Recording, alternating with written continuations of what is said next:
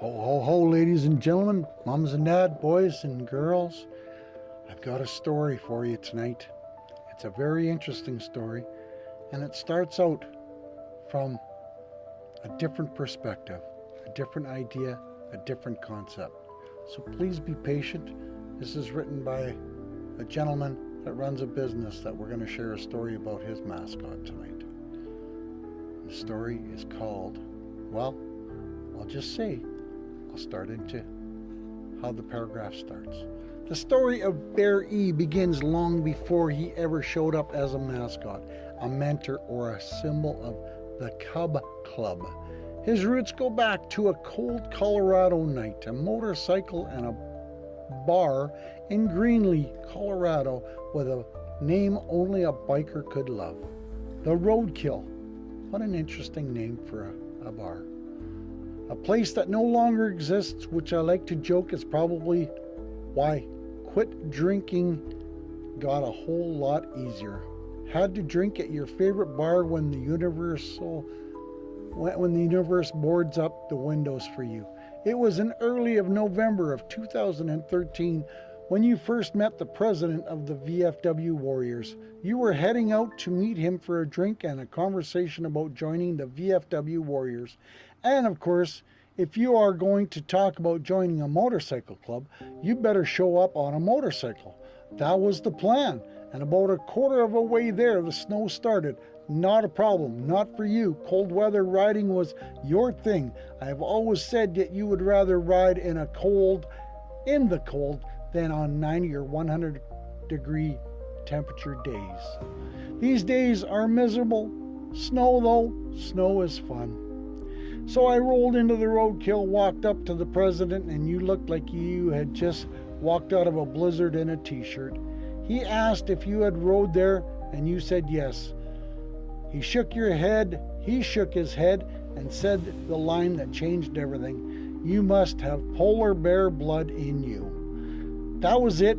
From that moment on, it was Polar Bear, the cold weather guy, the big guy with the gray hair who rode through snowstorms like they were mild inconveniences. The name stuck, the identity stuck, and it became the seed of something much bigger. After the accident, I began building what would become the Cub Club, knowing I wanted the heart of the brand to be the polar bear. At the time, the bear's name was Nita, one of the indigenous Canadian words for bear. Nita went through many versions as you shaped the idea, refined the mission, and built the world around her. But then came 2024. I lost Uncle Barry, one of the most important men in my life, a Vietnam veteran who carried the weight of Agent Orange, a man who did not always share my views, but we always shared heart. Every conversation ended with love. Every day we made sure we reached out, even from Montana. He was part of my daily rhythm. Losing him left a hole, and I needed a way to keep him close, a way to honor him, a way to make sure he was always part of the mission we were building. So Nita became Bear E, a tribute, a legacy, a reminder. Now Bear E is more than a mascot. He is the embodiment of our story, the cold weather rider, the survivor, the family man, the veteran's nephew, the one who carries forward the memory of someone who matters deeply. And yes, Bear E is always learning, because I recently taught him that blondes have more fun. This is a story of Bear E, a story built on snow, family, loss, love, and purpose. Need you dig deep on this one? It is about a business mascot, a true grit and grime story about a new mission. Here it goes, folks. Bear E and the memories that changed a community. On a crisp autumn morning, when the golden leaves danced across the sidewalks like tiny pieces of sunshine, Bear E stood quietly in the town square. Now, if you had ever seen Bear E from a distance, you might have noticed his big friendly smile, his fluffy white fur, and the way children always seemed to run towards him. But most people didn't know what that Barry carried something very special inside his heart. Memories, thousands of them. Some were funny, some were touching, some were so powerful they could make even the toughest veteran wipe away a tear. And every single one had started with kindness. Barry looked around the square and smiled. Today feels like a memory-making day, he whispered. A little girl standing behind him looked up. What does that mean? Barry knelt beside her. It means someone is about to do something kind. The little girl giggled. How do you know? Barry winked. Because somebody always does. Just then a young boy dropped his ice cream, splat, right onto the sidewalk. His smile disappeared instantly. Oh no! But before Barry could move, an elderly woman stepped forward. Oh dear, she said kindly. She reached into her purse and handed him enough money for another cone. The little boy's face lit up. Really? Of course. The woman smiled. Everyone deserved a second scoop. Barry chuckled. See? The little girl nodded. That was kind. It was, said Barry. Now watch. The boy ran over and hugged the woman. The little girl smiled. Now she looks happy too. Barry's eyes twinkled. Kindness has a funny way of doing that. A few days later, Barry visited a gathering of veterans. Flags waved gently in the breeze. Families sat together in lawn chairs. Stories filled the air. Barry walked over to an older veteran sitting alone beneath a tree. The man smiled. You again. Barry laughed. You say that every time, because somehow you keep finding me. The veteran patted the bench beside him. Barry sat down. For a few moments they simply watched families laughing together. Finally the veteran spoke. You know what people get wrong about heroes? Barry shook his head. What? The veteran smiled. They think heroes are the people who stand alone. Barry listened carefully, but the truth is, the man pointed towards the crowd. Heroes are the people who stand together. Barry looked around. Children playing, neighbors talking, families laughing, veterans sharing stories. He smiled. I think you're right. The veteran nodded. I know I'm right. A few weeks later, veterans gathered for a community project. Some were painting, others were planting flowers, a few were carrying supplies, and one volunteer was accidentally carrying an upside-down bucket full of dirt. Barry watched the dirt trail forming behind him. Friend? The volunteer turned. Huh? Your bucket appears to be donating dirt. The volunteer looked down and went, oh no! A mountain of soil poured into his shoes. Everybody burst into laughter, including him. The work continued all day. Children planted flowers. Parents painted fences. Veterans repaired benches. Business owners donated supplies. By sunset, the entire park looked transformed. One little boy stared at the finished project. We built this. Barry smiled. You sure did. The boy looked amazed. Together. Especially together. As winter approached, Barry visited a senior living community. The residents were gathered in a large room decorated with twinkling lights. Some played cards, some worked on puzzles, others simply enjoyed each other's company. Barry walked up to an elderly woman sitting quietly by the window. She smiled softly. My grandchildren live far away. Barry sat beside her. I bet you they love you very much. They do, she nodded. I just miss seeing them. Barry thought for a moment, then he stood. 5 minutes later, he returned with crayons, paper, and half a dozen excited children from a local volunteer group. For the next hour, the children created cards, pictures, letters, stories. Laughter filled the room. When they finished, the woman looked at the colorful pile on her lap. Tears sparkled in her eyes. These are beautiful. One little girl hugged her gently. We can come back next week. The woman's smile grew brighter than any decoration in the room. Barry quietly wiped away a happy tear. As months passed, stories like this happened everywhere. The local businesses donated school supplies. A veteran mentored a teenager. A family delivered meals to neighbors. Children raised money for a community project. Volunteers helped strangers. Strangers became friends. Friends became family. And wherever kindness appeared, Barry wasn't far away. Not because he caused it, but because he loved watching it grow. Then became the biggest event of the year, the community celebration. People arrived from every corner of town, families, veterans, business owners, volunteers, children, seniors, teachers, first responders, neighbors. Hundreds and hundreds of people filled the park. Music played, food trucks served meals. Children laughed, friends reunited, stories were shared. As evening approached, the mayor stepped onto the stage. We have gathered tonight to celebrate something extraordinary. The crowd grew quiet. We are here to celebrate community. Cheers erupted. The mayor continued. A community isn't made of buildings. Heads nodded. It isn't made of roads. More nods. It is made of people. The applause grew louder. Then the mayor smiled and one very special polar bear. The crowd exploded with laughter and cheers. Barry, Barry, Barry. Well, Barry's eyes widened. Oh dear, a child pointed.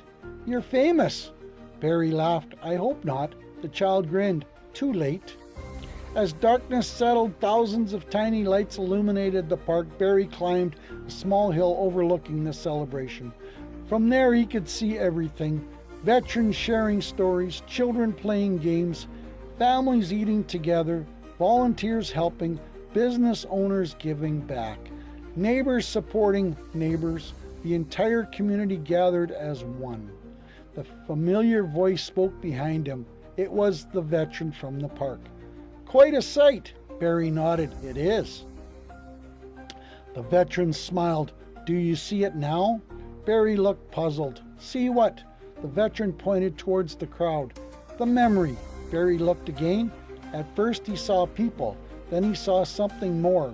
The child whose ice cream had been replaced. The volunteer who had rebuilt the park. The seniors who found new friends. The veterans who shared wisdom. The businesses that gave back. The families that helped strangers. The children who learned kindness. Suddenly Barry understood. The greatest memory wasn't one event. It wasn't one day. It wasn't one person. It was all of them together, creating something bigger than themselves. A community built on kindness. A community built on service. A community built on love.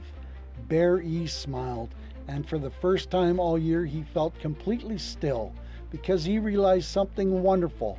The greatest gift people can give one another isn't money. It isn't trophies. It isn't recognition. It's showing up. It's helping, caring, listening, supporting, believing. The veteran placed a hand on Barry's shoulder. You've helped build this. Barry shook his head gently. No. He looked across the crowd. They built it. The veteran smiled. Maybe. Barry's eyes twinkled. But I'm sure I'm proud to be part of it. Below them, hundreds of people laughed together beneath the glowing lights. And in that beautiful moment, Barry knew something he would never forget. Kindness never ends where it begins. It keeps traveling from one heart to another and another and another, creating memories that last forever. A few days after the community celebration, Barry was walking through town when he noticed something unusual in front of the community center.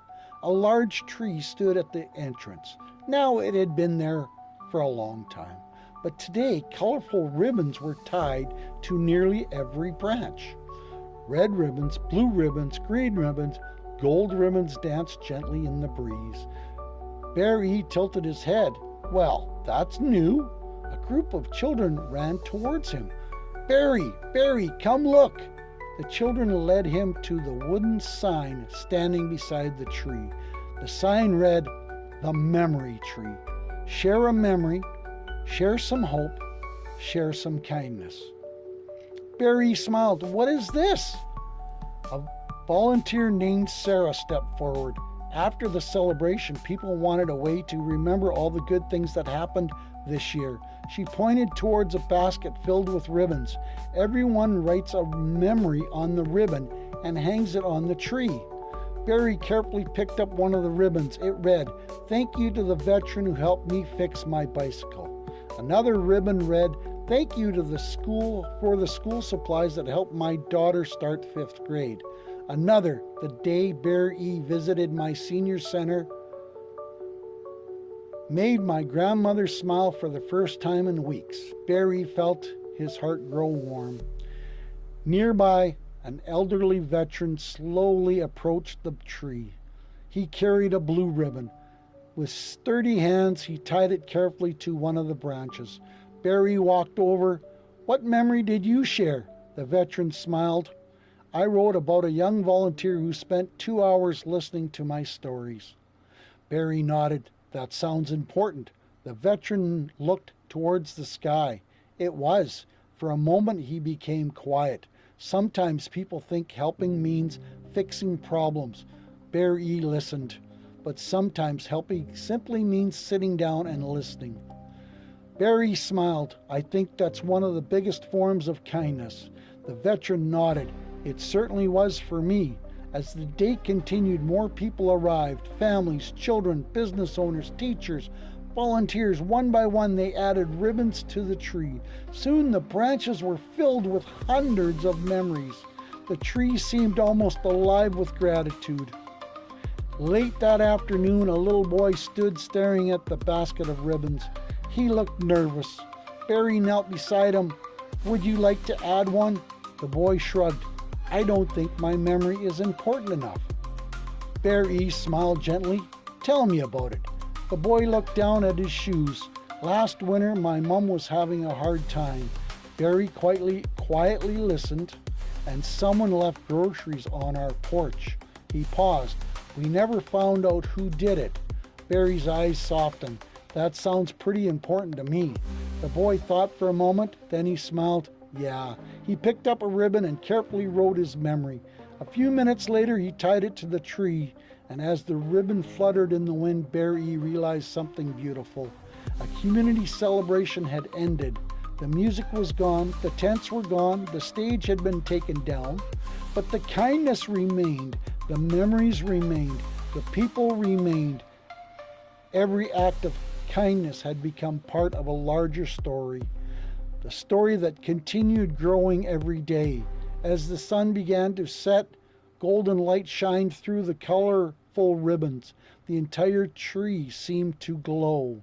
Children laughed nearby, veterans shared stories, neighbors greeted one another, and Barry stood quietly beneath the branches, watching, smiling, remembering, because he finally understood something truly special. Communities are not built by grand moments alone. They are built by hundreds and thousands of small moments. A helping hand, a listening ear, a warm meal, a shared smile, a simple act of kindness. Together, those moments become memories, and those memories become a legacy that continue growing long after we are gone. The breeze rustled the ribbons overhead, and just for a moment, it almost sounded like the tree itself was whispering, "Thank you." Barry looked up and smiled. "No," he said softly, "thank you." And beneath the colorful branches of the memory tree, another beautiful memory was born. Here's the moral of the story, ladies and gentlemen, boys and girls. The greatest memories are not made by one person alone. They are created when people choose kindness, help one another, and work together. Every smile, every helping hand, every act of generosity matters. Communities become stronger when we care for one another, and even the smallest acts of kindness can grow into something truly extraordinary. When we pay kindness forward, we create memories that can brighten hearts for generations to come. Powerful, amazing, and I'm proud to say this is only part one, folks. This is truly an amazing story that I am proud to share with you, all my friends, to Zach for giving me the opportunity to share a wonderful story. My heart is so full and proud to read this story. And yes, I hope it moved you as much as me, because part two is going to be just as amazing. So if you enjoyed it, please tell someone, tell your friends, share it, and let's share some kindness. Ho, ho, ho! Santa Papa John loves you. Have an awesome day, folks.